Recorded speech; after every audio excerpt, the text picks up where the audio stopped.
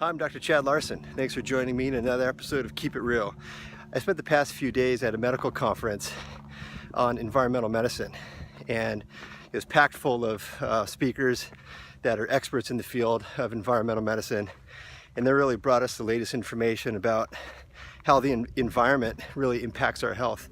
And the environment is the water that we drink, the food that we eat, even some parts of our internal environment and how those influence our health. And it's a really, really key topic because the chemicals that are being produced throughout the world, and certainly in the United States, are just increasing more and more. So we need to be made aware of them.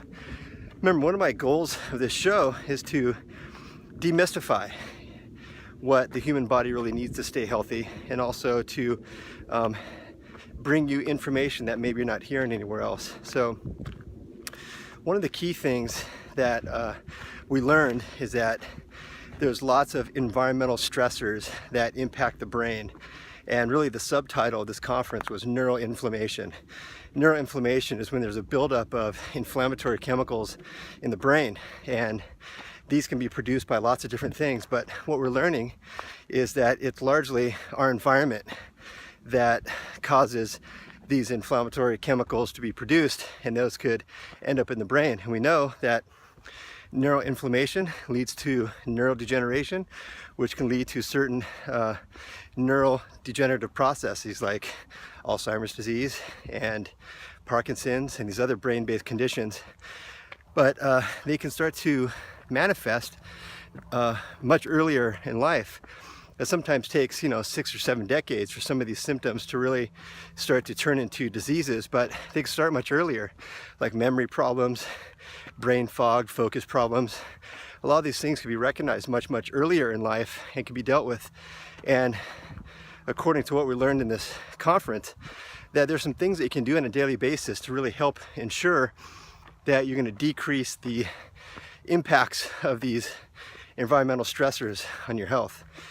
So what we learned, and was very, very clear, and we spoke about it before in past episodes, but the first thing that we really need to pay attention to is the health of our gastrointestinal tract. And this is really part of our environment, because what we know is that if there's problems in the gut microbiome, that has very direct influences on the health of the brain. And the thing that multiple speakers discussed was how diet influences the health of the gut microbiome. And really what they talked about is the different fibers, soluble and insoluble fiber, how that really has a major impact on our gastrointestinal function. And then that gastrointestinal function impacts our gut microbiome, and that gut microbiome very directly influences the health of the brain. In fact, many of them were saying that if you don't keep the gut healthy, the brain is going to get sick. It's just a very clear thing that the researchers are now finding over and over again. And so what that really means from a dietary perspective is that you have to have lots and lots of plants. You got to eat plants, a whole broad variety of vegetables and fruits, especially berries. And they're loaded with these soluble and insoluble fiber that the bacteria in your gut live on. And that's what really helps to set up a healthy gut microbiome. That's number one. Also on diet is organic versus conventionally grown foods. Conventionally grown foods, just think of those as, a lot of pesticides. And what they've noticed is that organic foods have fewer pesticides because they're grown organically. And they even did a study on children when they went from a conventional diet to a organic diet. Two really key organophosphate based pesticide residues that were in their bodies when they were eating conventionally grown produce. When they switched to organic produce, those residues from the organophosphate residues from the pesticides went down to nearly undetectable. And that happened in 48 hours. So choosing your very next meal can impact really the rest of your life. because these inflammatory chemicals build up over a period of time pretty quickly, and those could lead to symptoms that that could really kind of create a domino effect of inflammation and damage in not only the brain but the whole rest of the body. So what foods to go organic? One thing that was pretty commonly brought up in the conference was a nonprofit group called EWG, Environmental Working Group. And this Environmental Working Group, or EWG.org, they're nonprofit and they're not tied to any companies in the kind of agribusiness industry, and they do research on foods to evaluate what foods have the greatest amount of pesticide residues on them. And they come out with a list called the Dirty Dozen. And the Dirty Dozen are the 12 foods that show up with the highest amount of pesticide residue. And they publish this report every year that you can get for free. They would love for you to donate. They're a nonprofit company, and it's nice to whatever you could donate to donate. I don't have any affiliation with them. I just use them as a great resource. I share their website with patients all the time, and they even produce these little cards that you can get that have a list of the Dirty Dozen that you can keep referring to. And so that's a really good place to start, is the food. So if you're going to do nothing else organic in your diet or your family's diet, at least do the foods that are a part of the Dirty Dozen.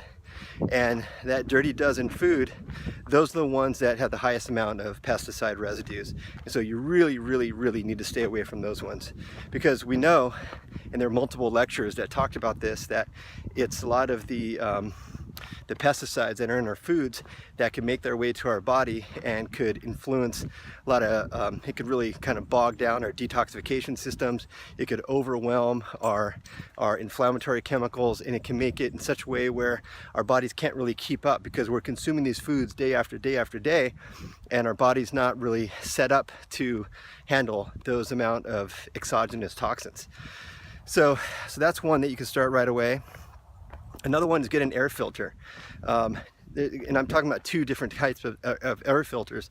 There's not only the kind of air filter where you want to get the filter that you put up in your ceiling on the intake of air that flows through for your HVAC system, and you want to get there's a rating called MERV, and you want to get the highest rating, which is MERV 11.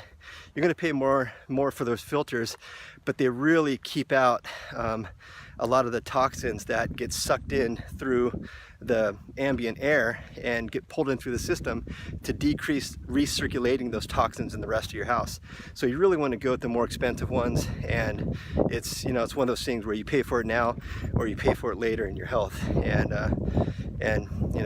that's an easy decision to make. So MERV 11 for that kind of air filter. The other kind of air filter, because inevitably there's going to be other toxins that get in your system of your house or your work environment, even when you have those really good filters in your HVAC system, is you want to get a good quality carbon HEPA filter, air filter, that any of the air that's around will get filtered through this system, and it really cleans a lot of the toxins that are floating around. Because whether or not you live out in the country or you live in kind of the urban or suburban area, if you're out in the country, you're probably near a farm, and you're getting a lot of like glyphosate and these other residues from agriculture coming into your air environment, or you live in more of a city type, and you're getting a lot of toxins, a lot of the hydrocarbons from combustible engines. And also, if you live near an international airport, you're getting a lot of that, all those hydrocarbons that are settling from jet fuel. So either way, and those are just a couple things, there's an endless amount of these toxins that are floating around from all kinds of industrial reasons. And so we really want to ensure that we're breathing healthy air. And that healthy air is going to come from filtering as much as we can some of those toxins out of our environment, both your work and your home environment. You also want to get a water filter. And one of the kind of most cost-effective and really quite effective filters is reverse osmosis. Reverse osmosis is a process that kind of filters your water in such a way where it's going to remove a lot of the toxins that are in the water. So I strongly suggest you get a reverse osmosis filter. So far we talked about diet, making organic food choices, and eating lots of variety of vegetables, of plants, because that's what's helpful for your microbiome. You want to get organic as much as possible, and at the very least you want to get the foods that are part of the Dirty Dozen that you can find on the EWG.org website. And then you want to get an air filter, both for your home and work if that's possible, and then you want to drink only filtered water. And while we're on the topic of water, this came up multiple times in the conference, in the environmental medicine conference. You really want to stay away from plastic bottles of water. Those plastics contain phthalates and BPA and other chemicals, man-made chemicals that are leaching into the water, and those get right into our system and can create inflammation. Some of those are endocrine disruptors, which means that they are influencing the binding receptors of where our hormones are supposed to plug in. These contaminants are affecting the way our hormones are metabolized and the way that they're working physiologically in our body, and that's why they call them endocrine disruptors. They're disrupting our own hormonal system in our body. So you want to stay away from those plastic bottles. So I just wanted to share a few of those things. One more thing that came up from multiple lectures that I want to share is hormone imbalances. Hormone imbalances could really influence the health of our brain and the rest of our body. So for women, we really want to evaluate estradiol. Estradiol is very supportive and promotes an anti-inflammatory system in the brain, especially for women. But estradiol and estrogen is also necessary for men in smaller amounts. And so for men, you mostly want to check your testosterone, but you want to look at all the hormones in your body, because the hormones really dictate a lot of our metabolic processes in our system. And they're also really help to balance our inflammation, not only in our whole body, but most importantly for the purposes that we're talking about here, in our brain. So there's kind of a few categories of hormones that you want to consider checking out: your adrenal gland hormones, your thyroid hormones, and then your reproductive hormones: estrogen, testosterone, pregnenolone, etc. So, or progesterone. So, so those are a few things that you can start working on today. For example, you can start eating organic plant-based foods in a much greater variety, because it's absolutely vital for the health of your gut microbiome, which is important for the health of your brain.